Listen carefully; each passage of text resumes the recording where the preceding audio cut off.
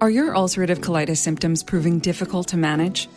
Tremfya guselkumab can help you manage the cycle of UC symptoms. At 1 year, many patients taking Tremfya achieved clinical remission, and some patients also achieved endoscopic remission. Individual results may vary. Tremfya is a prescription medicine used to treat adults with moderately to severely active ulcerative colitis. Serious allergic reactions and increased risk of infections may occur. Before treatment, your doctor should check you for infections and TB. Tell your doctor if you have an infection, flu-like symptoms, or if you need a vaccine. Ask your doctor if Tremfya can help you manage the cycle of UC symptoms. Call 1-800-526-7736 to learn more, or visit tremfyaradio.com.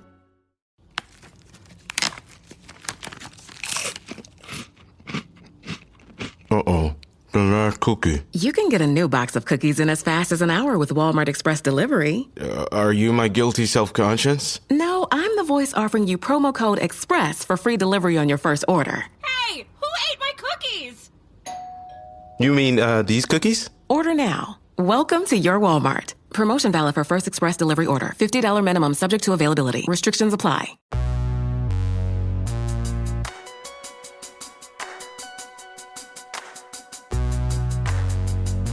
Hi, this is Michelle Branch, and you're listening to the LSQ podcast.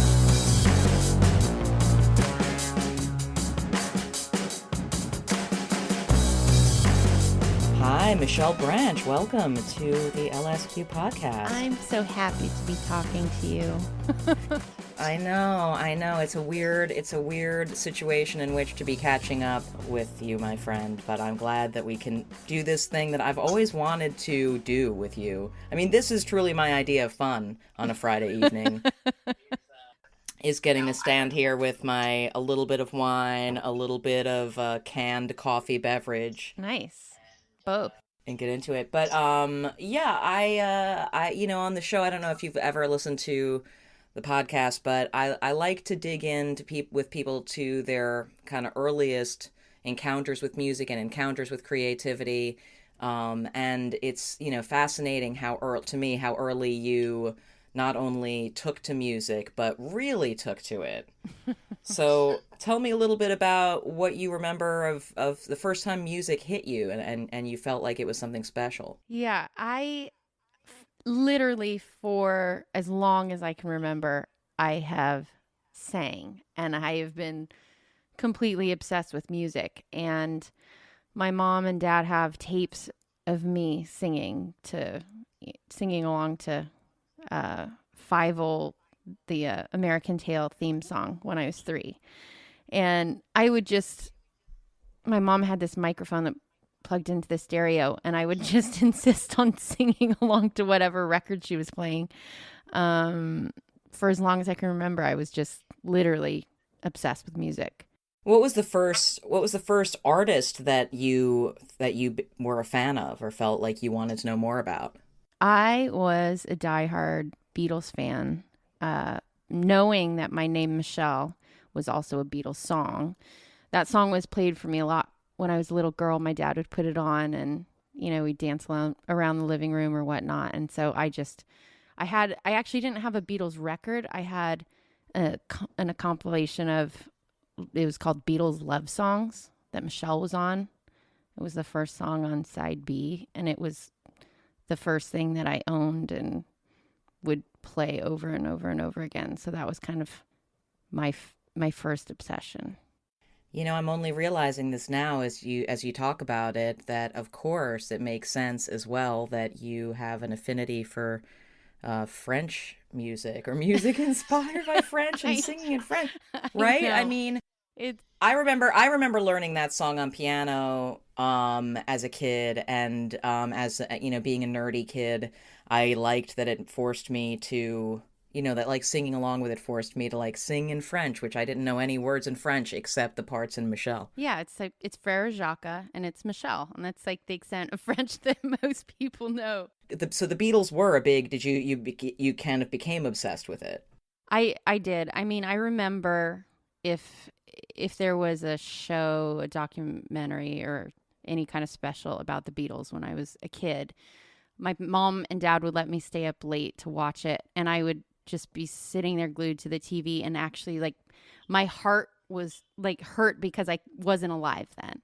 And I would just like soak it up, and I would get so upset that I wasn't around to see the Beatles. It was like a true tragedy of my youth. And I mean, besides that, I listened to a lot of my parents' record collection. My mom definitely listened to more pop music, but they had a good kind of range of, Led Zeppelin, and then there were girl groups, and but for some reason, another really, really early favorite of mine was Frankie Valli and the Four Seasons. Like completely over the moon about them. I mean, I love harmonies. So I was always just constantly singing along to whatever was on in the car and trying to find harmonies. And I think that's why I must have loved groups like that so much. Did either of your parents play music or anything? No, my mom played, flute in school band or something, but both my parents' fathers were musical. My dad's father sang, and he loved Frank Sinatra, and so anytime he could get in front of a microphone, he would sing. And my mom's father played guitar, and her little brother had a band and played guitar. And unfortunately, he died in a car accident. When I was 2, but I inherited his guitars, and he was really into rock and roll. But your parents noticed that you were gifted at music. I'm guessing because they helped you like enroll in was some sort of university-based music program when you were just like an adolescent, right? Yeah, like my dad's a plumbing contractor. My mom was a stay-at-home mom, and they knew that, any chance I could get. I went to private Catholic school, so I was a part of the choir there. I would sing at school all week and on the weekends at church, but I wanted to sing. My mom used to take me at Christmas to see a local production of the Nutcracker at the auditorium at the university, NAU. And there was a children's choir singing Christmas songs. And I was like, I want to do that. I want to be part of that. So the following year, I joined the children's choir there. And then the teacher suggested that I take private voice lessons there. So I started taking voice lessons when I was 8 at NAU. Wow. Yeah. I mean, I didn't. That's a pretty cool technical skill set to acquire that young, right? I'm guessing that as someone who really liked to sing, it served you well when you started, writing your own songs, just to have like that technical training at such a young age. Yeah, I learned how to breathe properly and warm up and do vocal exercises, and it was the highlight of my week. I would go after school, and I remember there'd be a bunch of high school and college kids doing it, and I'd be this like little kid in the hall just waiting, and we would sing show tunes, and then we'd have a recital, and I loved it so much. I was really just obsessed. Did there start to be like contemporary young artists who felt like that was your own thing that you were finding, around that time? No. Did you? There wasn't like you weren't listening to like whatever the pop music on the radio would have been in 1994 or whatever the fuck. I was really into Ace of Base. When Ace of Base came out, I was really into the Gin Blossoms because they were local. Yeah, and my mom, like I said, my mom was in charge of the radio when we were in the car, and so we listened to whatever she listened to, which tended to be like a little bit more like 80s pop, like the Eagles up into Hall and Oates and stuff right, like Whitney that. Houston and stuff. So, but as far as like listening to my own music, it was my growing up where I grew up it's really interesting. So I lived in Flagstaff till I was 11, and it's a college town, but we didn't really get a lot of bands. Definitely no one that I saw coming through Flagstaff, and we had a record store, but when I moved to Sedona at 11, there was literally no record store in Sedona, Arizona, and we had no live music. So I think being a teenager and having, babysitting money and nowhere to even like buy records, I feel that I definitely like missed out on a lot of stuff because I didn't have a place to discover it. I would listen to whatever radio stations that we got there. And if I liked a song, I would like record it on a tape. But other than that, there was like my older brother was busy listening to like Slayer and Tool, and so he wasn't really like bringing records home that I was getting into at the time. So a lot of the music that I found was, through being in the car and scanning radio channels. I'm intrigued though, because it's like who were then your sort of, when you started thinking I'm going to write something, I write my own songs, and even at such an early age to have started recording music and entering officially the music business, like who did you want to be like? Who did you look to and think, if they can do it, I can do it? Or was that never kind of it's almost like you arrived at this, musical creativity just separate from any direct influence. No, I guess when I got a little bit older, so I remember I started writing songs before I had an instrument to play. My parents, we didn't have the space or the money to buy a piano, and taking voice lessons, my voice teacher kept saying, it'd be a great thing for you guys to have a piano in the house. And it just didn't happen. We had this tiny little keyboard, Casio thing that was, 2 feet long.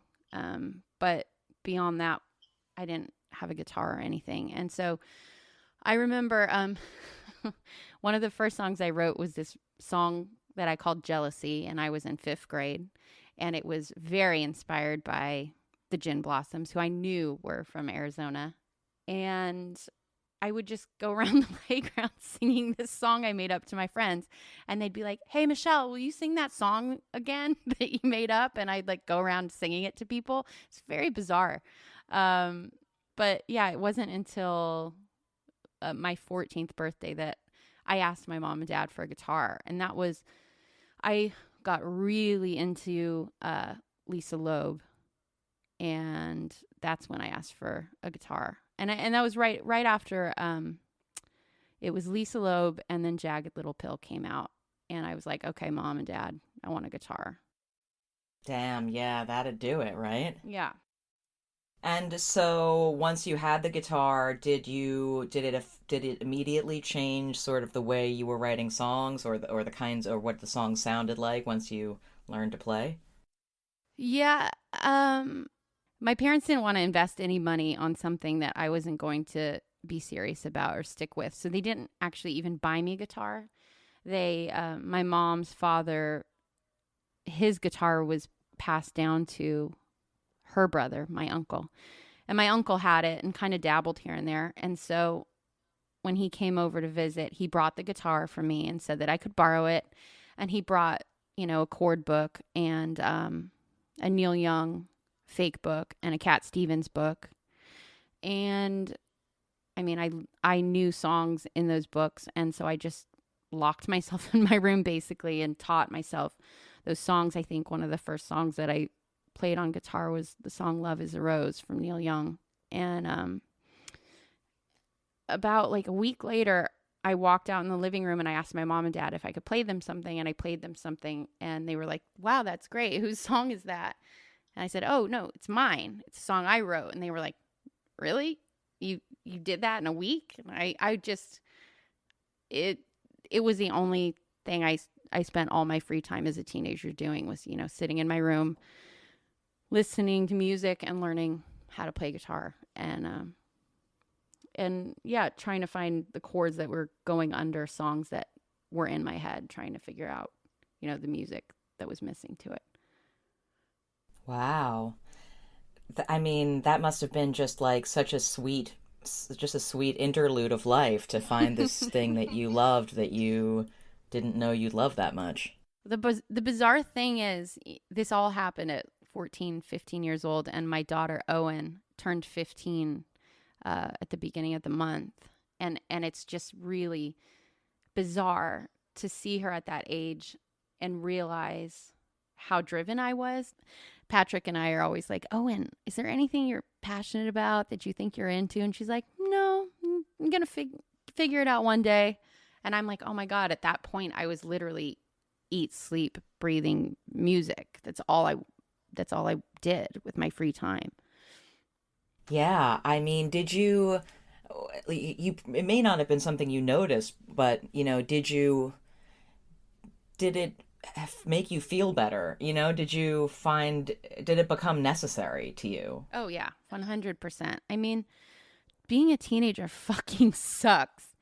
And I would never, want to go through that ever again. But because of having music to go to, I think it really kept me out of trouble, and it kept me focused, and it was something that I felt like I was good at. I was a terrible student, and it gave me something.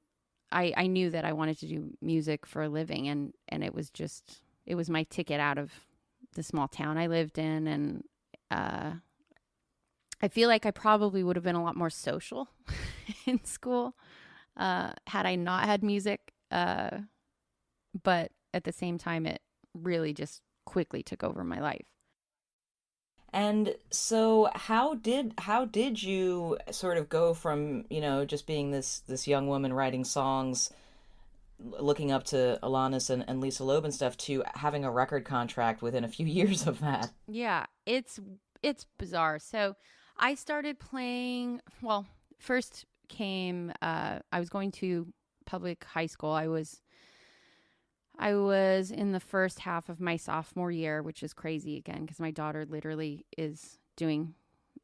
started 10th grade this week. And I remember sitting down with a college counselor, and they said, what college do you want to go to? What's your interest? What do you want to do for your future? And I, said, well, I'm going to be a musician. And they just kind of laughed and was like, okay, that's great, but what's your backup plan? And I was like, no, I don't have a backup plan. Like, this is what I'm doing. Like, I was so offended at the thought of having to have a backup plan.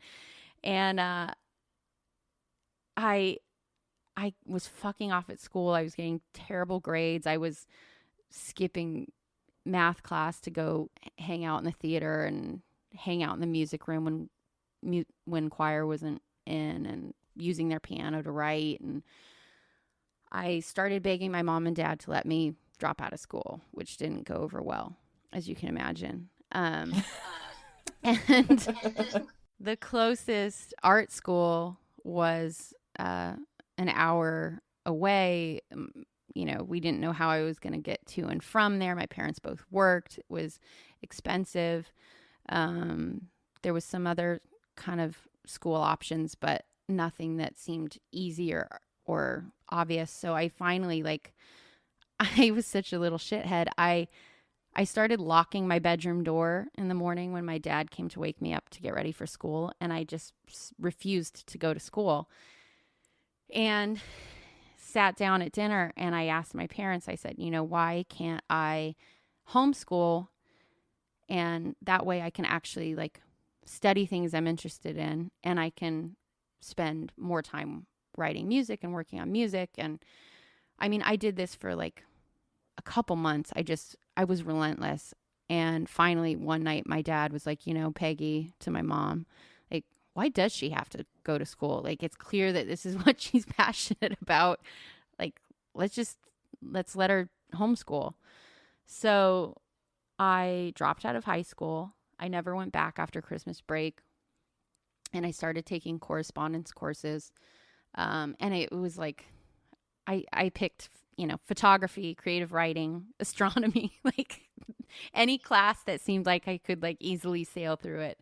And I kept working on music and writing and writing and writing. And At that point, I started, my voice teacher who was teaching me voice lessons, her husband taught guitar. And she was like, you should start taking guitar lessons. And when I started taking lessons with him, they were like, hey, we have a 4-track. We'll like start recording these songs for you if you want. And that's where the idea of like putting these songs down came from. And so essentially I started making a record. And then that record, suddenly, once I was recording a record, I was like, well, I want to play some shows.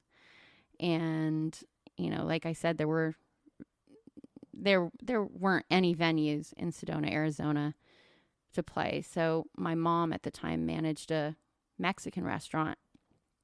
And on like Tuesday nights, I ended up going and performing at the bar with the baseball game on or whatever game was on behind me on mute. After school or after, you know, my school hours, I'd make a couple $100 in tips and, you know, play for a couple hours. And I did that. You played your original songs? I played original songs, which is, I mean, that is brutal. Only like true drunks could sit through that. I mean, they were so polite too. Once in a while I'd throw in, you know, a Sheryl Crow song or a Jewel song or something. But it was mostly originals, which is crazy. Did you have a sense at all at that time that you were good at what you were doing?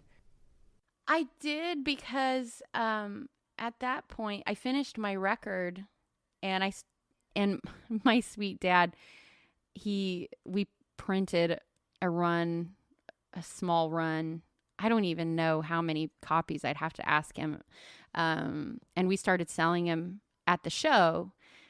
And at first it was like, you know, my mom and dad's friends buying it and my friends buying it. But then like when a stranger would be up for the weekend from Phoenix and eating at the restaurant and come and buy a $10 CD, it was like, whoa, you just bought a CD and I'm 15 years old. Thanks. Like, that's cool. And that's when I started really, really thinking about how to get a record deal and how to get signed. And I remember sitting in my friend's room, literally looking in the phone book to try to find record companies or looking on the back of albums, like seeing if there were phone numbers we could call and be like, hey, I have some music I want to play for you. Yeah, how did you find some professional person who could help you? So at this point, you know, I was playing my weekly gig at the Javelina Cantina, and I started getting asked locally to play other events, like you know, the fair. I would play the Flagstaff Fair. I played the Arizona State Fair down in Phoenix.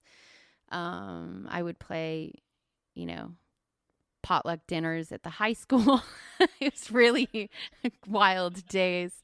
But there was a private school in town called the Verde Valley School, and Jackson Brown's son went there, and Jackson Brown started a benefit concert for the school, and it only ran for a few years. But during this time, I went to the festival with my parents, and my friend Allison and her mom were working backstage and catering. And so I went backstage to help them, you know, in catering, and obviously brought a demo in my pocket. And I ended up like stopping Jackson in catering and asked him, you know, if I could give him my demo. And he was like, yeah, thanks. I'll take it. You know, I didn't think I would hear one word. And then within the following weeks, I started like hearing stories that he was talking about me on stage at other shows that he had that week, that he had listened to my music and was really surprised that it was good. And so he contacted me and asked, you know, what was going on and if I had any more music that he could hear. And he invited me back to sing at the festival. So, you know, it was Patty Griffin and Crosby, Stills, and Nash, No Young, and Sean Colvin, and like it was actually kind of an incredible lineup, and they had me open the show, and I got a feature. What? Yeah. And So wow, holy shit, that must have been. it was crazy. Jackson came out and introduced me on stage and said, this is a local girl, and told the story, and he was really supportive. I mean, for years we were in touch, and he'd play my music for people, and we actually played at the Democratic rally years ago together when John Kerry was running. And it was kind of just unbelievable to be taken under his wing like that. Bonnie Raitt was on the bill, and so here I found myself like standing there with like Patty Griffin and Bonnie Raitt, and I was like, are you fucking kidding me? These are like two of my heroes. This is insane that I'm sharing a stage with them. And that's when like people started, hey, I'm from Phoenix, I'm a manager. Hey, I'm from LA, I'm a manager. And that's when I realized, like, yeah, we should maybe start calling some of these people and playing them my music, because this is what I want to do for a living. It wasn't until I met my manager, Jeff Rabhan. He was on a timeshare tour in Sedona, and he was with his girlfriend at the time. I think her name's Allison Hamamara. She was at Capitol Records, and he was writing for like Rolling Stone and Spin and Hits Magazine. He was a music journalist, and he was kind of helping out another band, and they were in town on vacation and got sucked into a timeshare tour. And the woman who was giving him the tour said, what do you do for a living? How much do you make annually? Doing the timeshare thing. And when she found out that they were in the music business, she sent them on their tour, and she called me. And remember, I'm homeschooled now at this time. And when I say homeschooled, like, my parents had jobs, so it wasn't like I had much supervision. I was at home alone. And she called me and said, there's someone from the music business here, like, get down here with one of your tapes or CDs or whatever. And I didn't have a driver's license. My parents were gone. I live in a resort community of Sedona. So I went to my neighbor who had a golf cart, and I said, can I take your golf cart for a bit? I'll be right back. And they said, yeah. And I cut a picture of myself out of a family portrait, and I put it in this tape jacket, and I drove it there, and I was there waiting when he was done with his tour, and I gave it to him. And he was like really annoyed. He was like, oh, great. Yeah, thanks, kid, for, giving me your record. And thank God they got in a fight on the drive back to LA, on the 8-hour drive back to LA, and put my tape in the car, put it in the stereo, because they didn't want to talk to each other. And he was like, oh, wow, this is really fucking good. And he called me when he got back to LA and asked if I had a manager. And that was kind of when everything kind of started rolling. Wow. And so he, right out of the gate, probably had some, had an impression of what kind of artist you were. I'm intrigued to hear about your kind of early encounters with actual people in the business, and kind of how your view of yourself as an artist early on and the way they wanted to package you kind of intersected. Well, Jeff had helped his friend Sterling McElwain out on this band of kids kind of the same age as me called Hanson. And so that was happening in Jeff's life. And so Jeff took my demo to Sterling, and he was like, what do you think of this? And he was like, oh, wow, I think she should open a couple shows for us. That'd be amazing. And, they were very big at the time. And at the same time, he also sent my demos to his friend Danny Strick, who had just started working as an A&R person at Maverick Records. And he sent it to Danny and said, hey, what do you think I should do with this artist I've started working with? Any advice would be appreciated.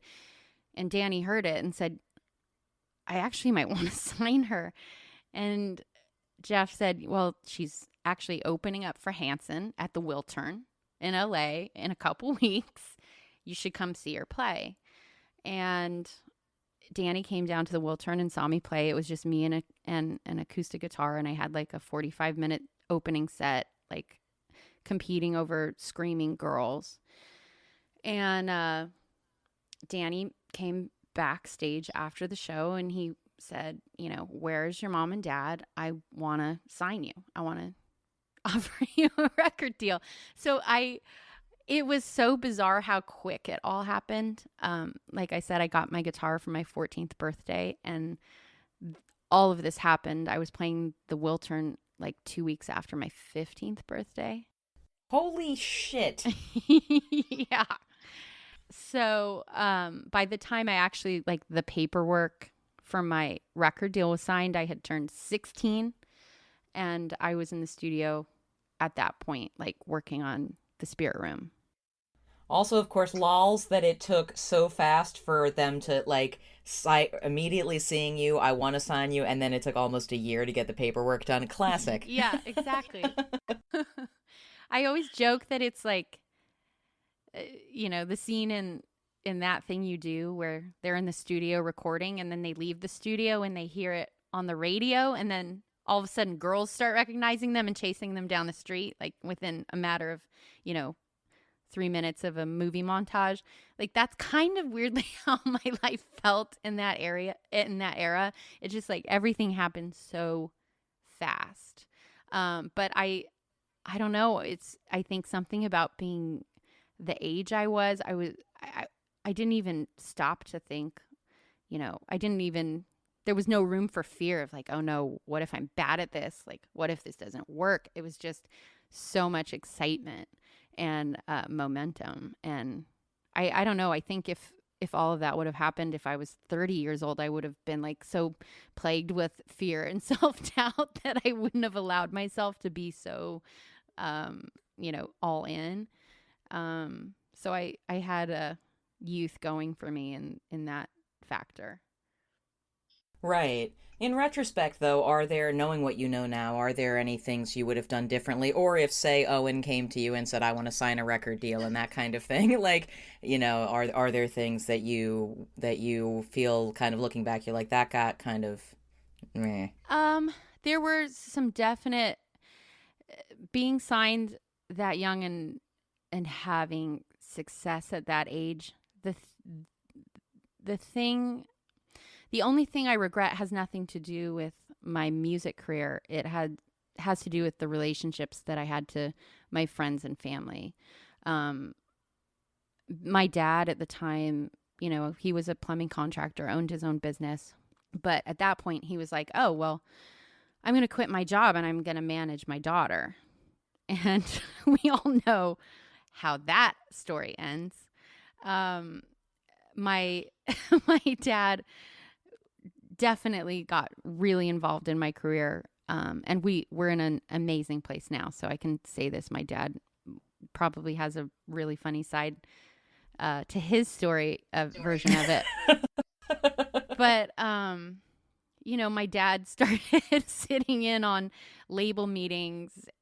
You know, I remember when we were planning to record the music video for Everywhere, he was in on the call asking why we had to spend so much money on a music video and saying, no, absolutely, Michelle's not spending this money out of her pocket. She's not going to ever recoup this. Like, why would she make a music video?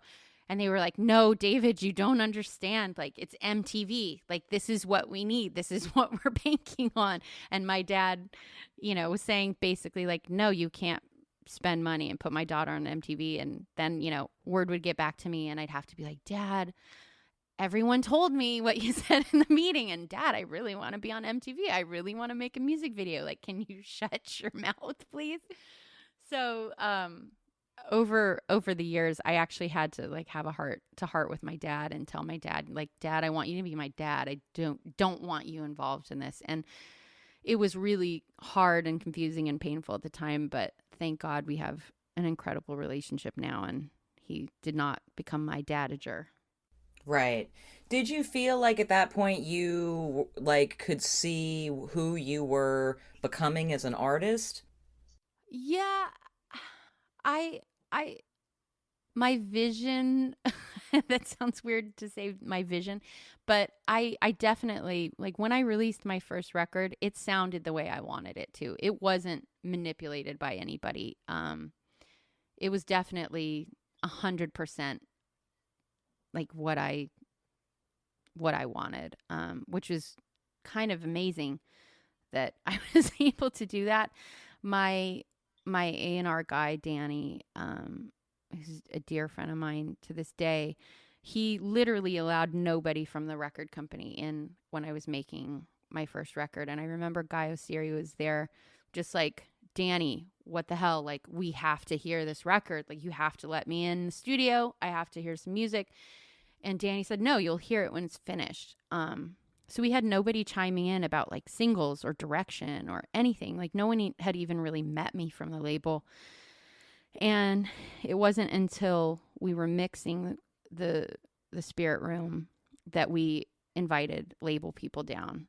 And I remember getting this pep talk from Danny and my manager Jeff saying, you know, don't get bummed out if they keep their cards close to their chest and they're not reacting to the music. If you can't like really read how they're feeling about it, they're probably, you know, going to talk about it amongst themselves later, and then they'll get back to us about what they think. Like, and I remember the first song we played for them was Everywhere, and the song ended, and the radio guy just yelled like, "Holy shit, this is a fucking hit song!"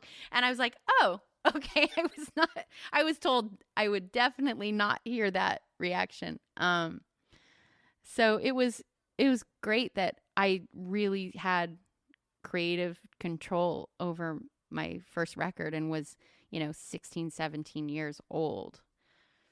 Yeah, I mean, it almost seems like it's like an unrealistic set up unrealistic expectations for a person, you know, like um yeah, it was I mean, but I'm so grateful that Danny kept everybody out of the studio. My producer who did my first and second record, John Shanks, is still like he's a brother to me. He produced that record, and we were just in this tiny room in the basement of A&M, and you know, Danny would come by to hear the record like, you know, once a week he would come down and hear songs, but other than that we were like left to our own devices. And I'm just like that doesn't happen anymore. yeah, and I guess I just mean in more of the long view, and I'm curious to hear you talk a little bit about the, you know, the kind of span in between full-length albums and kind of what was going on there. And whether just whether you found that since then there are ways in which the process of getting out an album has become easier and ways in which it's become more difficult. Yeah. Well, the minute that I had a successful album, there was no there was no going under the radar anymore. Everybody wanted to know what I was doing when I was going to make my next record. Everyone wanted to know what it was going to sound like. Um, and there was no keeping like the peanut gallery out of it, which started, and this is, mind you, like at the same time as I'm like hitting like angsty teenage years, you know, kind of trying to pick my battles with the record company over, you know, what songs I want to be single. And I remember when Avril Lavigne's album came out, the record label was like, you know, you need young guys in your band like Avril. Like, we don't want anyone in your band over the age of 19. Like, you can't have old dudes in your band. And I was like, that's so fucked up, because I can't find like a 17-year-old guy who can play the guitar parts on the record that John Shanks played. Like, I want like the players I want in my band. And so fights like that started happening. And then, you know, they would send a stylist down for the video and say, oh, you're not going to actually, our idea for this video is you're not going to play guitar in it. We're going to have a choreographer. You're going to wear this, you know, leather bustier. And I was like, fuck you guys. And I remember actually like storming off of the set of the Breathe video. Like literally they were trying to close the gates on me and everyone was on their walkie-talkie like, Michelle's leaving the set, because I told the director that he was an asshole. Because I was like, no, I'm not. I'm going to play my guitar. I'm not wearing like a skanky outfit. So I guess when that stuff started happening was when I really started kind of immediately planning for what my next record would be. And I knew it was not going to be another Michelle Branch record. And that's when I kind of started fantasizing about having a group. And I was writing music at the time with my backup singer, Jessica Harp. And, you know, we were obsessing over Patty Griffin and the Dixie Chicks and stuff like that. And I said, you know what, I'm not going to make a Michelle Branch record because I can't deal with like all the shit that's happened with the success of having a pop record. It's just not what I've signed up for. And I was like, you know, get me the fuck out of here. So I told the label that I was going to actually do a country record and I was starting a band. And that really didn't go over well. There was my publisher at the time at Warner Chappell like wanted to have an intervention because they thought I had all like lost my mind.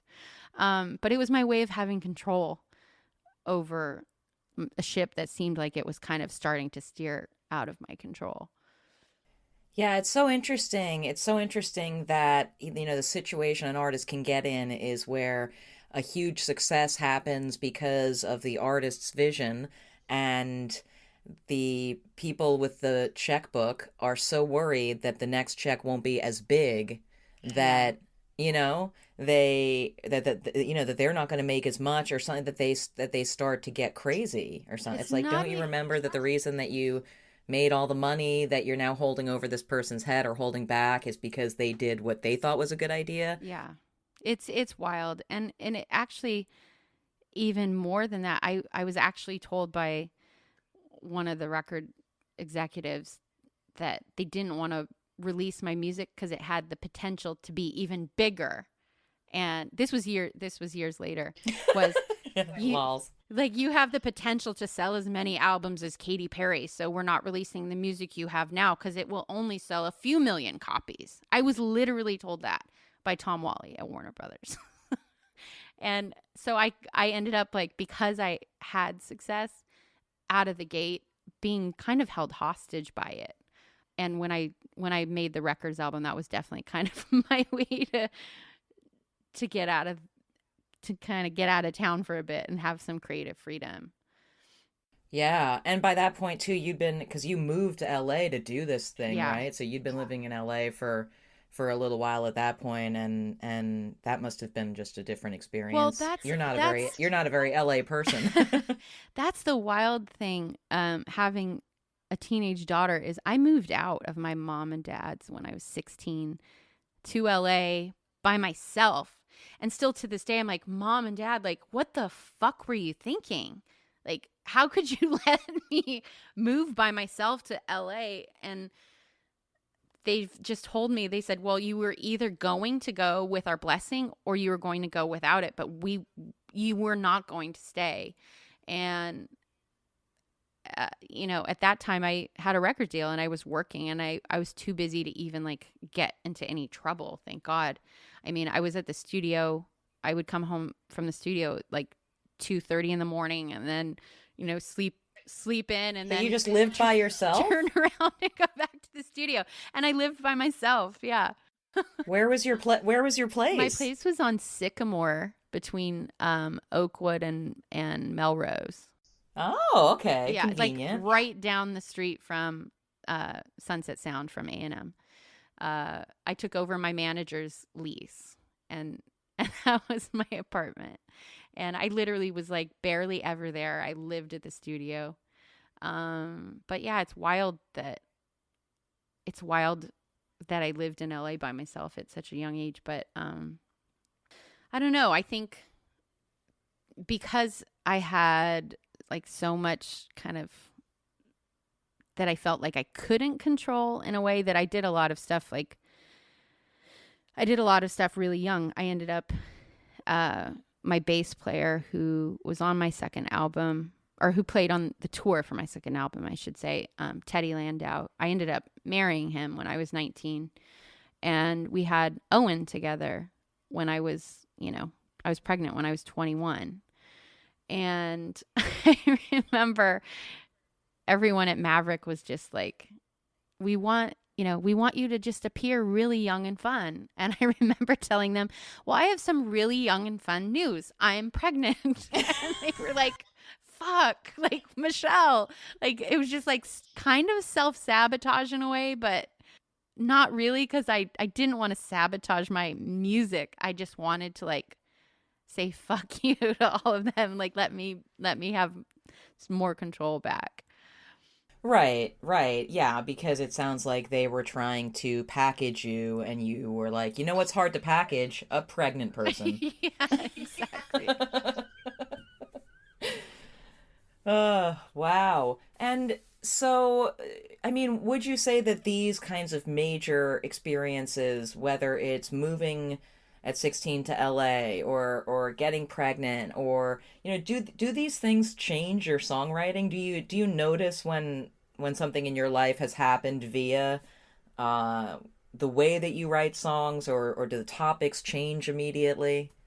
Yeah, I mean, my entire first album was basically love songs, and I hadn't even had like a serious boyfriend at that point in my life, So I went from writing these songs in my room about, crushes I had on boys I never talked to traveling the world and having every kind of experience thrown at my face.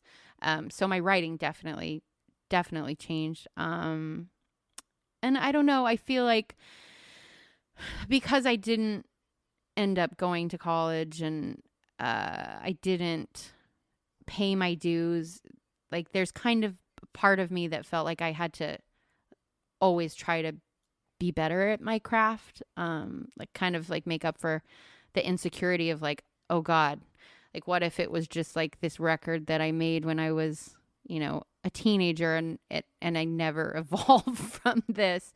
So I think that's another reason why I wanted to like do the country duo, was just I wanted to try to get more respect as a writer, and not be just seen as like a pop star. But I'm always kind of trying to write like a serious songwriter, like someone who I would envision as a serious songwriter. And I honestly I just cannot help but love poppy melodies. I can't help but like my ear, if there's three options of something, I tend to love kind of the poppy or obvious version always. And much to my dismay, that's just where my intuition always kind of leads me still to this day. Like, I don't think I'm the most complicated lyricist. It's pretty kind of cut and dry. I'm not, a poet over here, but I feel like my strong suit is pop melodies. And that's because, God damn it, that's because my mom was listening to so much Hall & Oates in the car when I was little. I mean, it's interesting though, because, I would imagine that people who are seen as, like quote unquote serious artists, like wish that they had enough of an abundance of pop stuff coming out of them that they could gravitate toward it, Like, I think like the beautiful thing is what, that comes naturally to you. That's like a gift, like coming up with poppy things that are your own is like, that's not, Thanks. that's something. I mean, the really odd thing is I turned 37 in July, and I don't really, I'm not as exposed to pop music, new pop music, current pop music, I should say, anymore. The only place I really hear music is if I'm in my car, and I'm not in my car. I haven't been in my car a lot since the pandemic started. I really feel like I don't know what's going on. So it's interesting. Like, I'm making a new record right now, And I don't even know if what I think is poppy, like what that's even considered anymore, because it's just pop music is so rhythmic and so different these days. But so I don't even know what you would like call the genre of pop that I write. But it definitely has made me feel a little bit older these days. I mean, yeah, I'm really interested about this new stuff that you've been working on, and if Pat didn't tell you that he let me hear some of it. What? Well, he like sent me a song. Oh God! Now It's I'm so good though. now I I'm love it. embarrassed. One of the things I thought listening to it was just like, I don't know, I feel like you're much cooler than people might infer from just knowing like your hit songs. In terms of like, yeah, Thank you you, obviously like have Jenny. pop melodies and inclinations, but like you do have like cool taste and make cool choices musically speaking or whatever. And maybe that's something that hasn't been at the forefront of the way that you're presented. And Yeah. that's like, I feel like there's an awesome opportunity making an album in a pandemic with your partner, to maybe be like really be yourself. Yeah. I think I don't think anyone really understood what it's like in my brain when I'm making music until, I started working with Pat and we started, falling in love, and eventually, got married, have a baby. Like he knows me so well, and it was so incredibly freeing to work with someone who I felt like actually saw me for the first time. I mean, we fell in love while we were recording, probably because because of that alone, because I felt like I was like being seen really for the first time, because he noticed all of the influences that I had, and he respected where I was coming from, and I was like, oh wow, well you're actually like making me feel like I'm at the cool kids table. Thanks, Patrick. So he's been really just so supportive and has pushed me to like, the only people who have played on this record so far are Patrick and I, and he, like, I never used to be doing guitar parts and overdubs of ideas, and it's so amazing that we're in the studio making it by ourselves, and that I'm able to like have the freedom to pick up an instrument I've never played and recorded. And I never had that chance before. I was always in the studio with like studio musicians that would do the parts, and never had that chance. So I've still just like learning so much every time I get in the studio with Pat, because he's like, no, you go do it. You hear a part, you go figure it out. I'm like, oh, fuck, okay. This episode is brought to you by State Farm. From your morning podcast to your afternoon playlist, State Farm knows you personalize your entire day. And that's why State Farm helps you personalize your insurance with the State Farm Personal Price Plan. It offers coverage options that help protect what you care about most at an affordable price just for you. Like a good neighbor, State Farm is there. Prices vary by state. Options selected by customer. Availability and eligibility may vary. This is a message from sponsor Intuit TurboTax. Taxes was getting frustrated by your forms. Now, Taxes is uploading your forms with a snap, and a TurboTax expert will do your taxes for you. One who's backed by the latest tech, which cross-checks millions of data points for absolute accuracy, all of which makes it easy for you to get the most money back, guaranteed. Get an expert now at TurboTax.com. Only available with TurboTax Live Full Service. See guaranteed details at TurboTax.com/guarantees.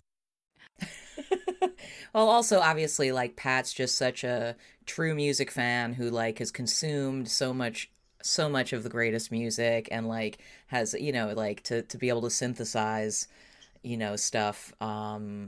Obviously I love that dude, but such a great producer. What the earlier part of the songwriting process, like nowadays for this new group of songs, for instance, like what does your kind of practice of songwriting look like nowadays? Is there a time of day? Is there a room in the house you go to? Do you have a journal? What do you do? I've never ever been a journaler. I don't know. I'm not disciplined enough.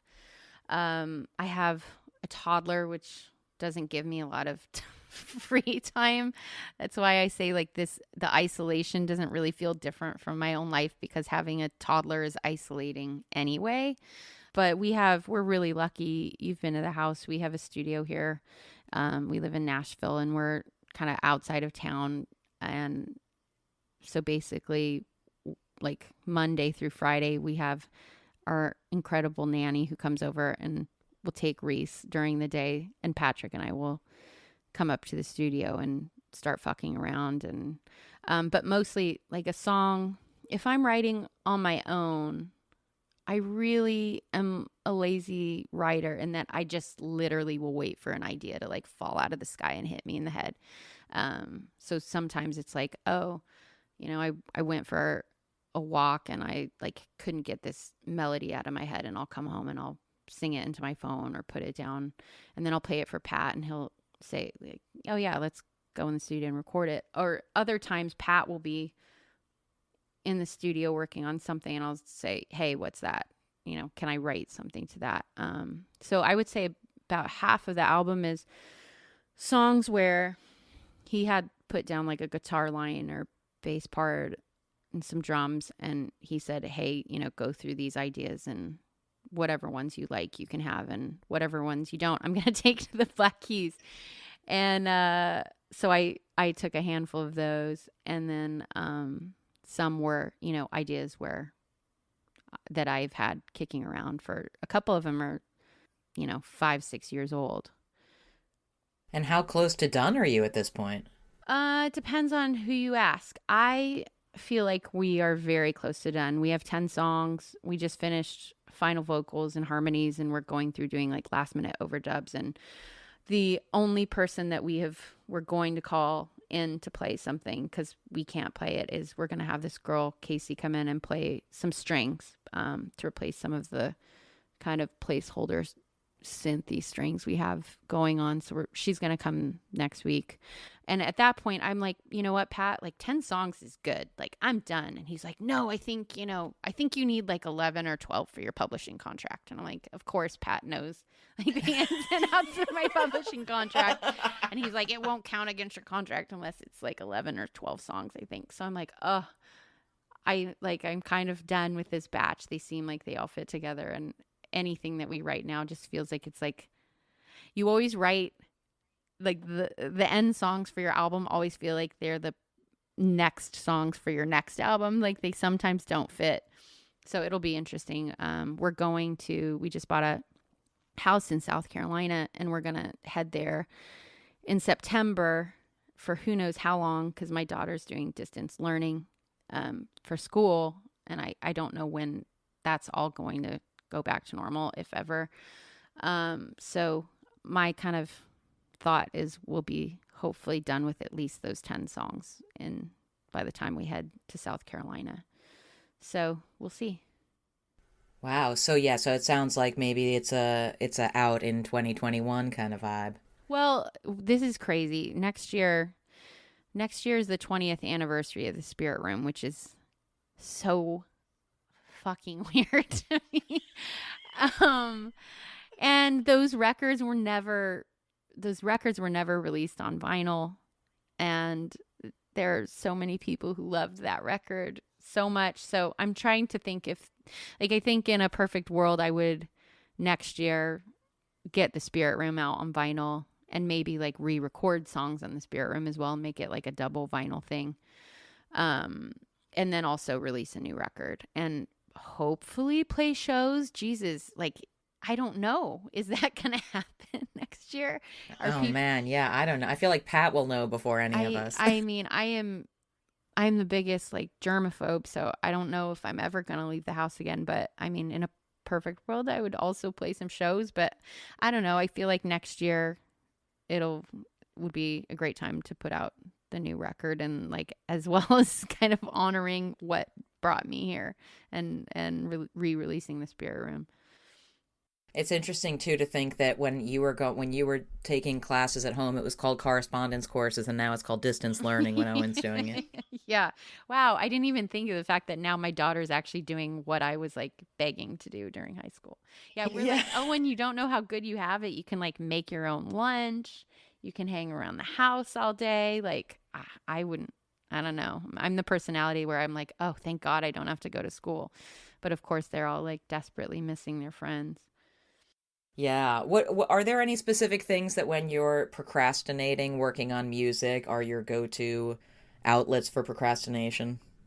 I don't know. I mean, having a toddler, like, I don't really feel like I have that much time for procrastination. I don't. I do feel like creativity breeds creativity, and I feel like kind of one of my go-tos is like cooking or baking something. But no, I feel like any time I have these days to actually work is just such a luxury. And some days we don't get much done. Some days like we come into the studio and we like start talking about the news or something. Who knows? Like today we're listening to the new Metallica record and we're supposed to be doing guitar overdubs and ended up like talking about that for an hour laughing. So it's also like working with Patrick is also like my alone time with my husband in my own house. Now that I have, a teenager and my son under the roof and we're all quarantined together. Oh my God, I want to come hang out with you guys. You can just get in your car and drive. All right, well, that brings us to the end of episode 50 of the LSQ podcast. I've been your host, Jenny LSQ, excited to have made it 50 episodes and looking forward to the next 50. The very next one, out in a few weeks, is an interview with the artist Shamir, and his new self-titled album comes out in early October as well. And, if you're not already a subscriber, I hope you'll consider smashing that subscribe button. You can also reach me with questions and feedback on Twitter @JennyLSQ. Massive thanks again to Michelle Branch for that awesome conversation, and especially thanks to you for listening.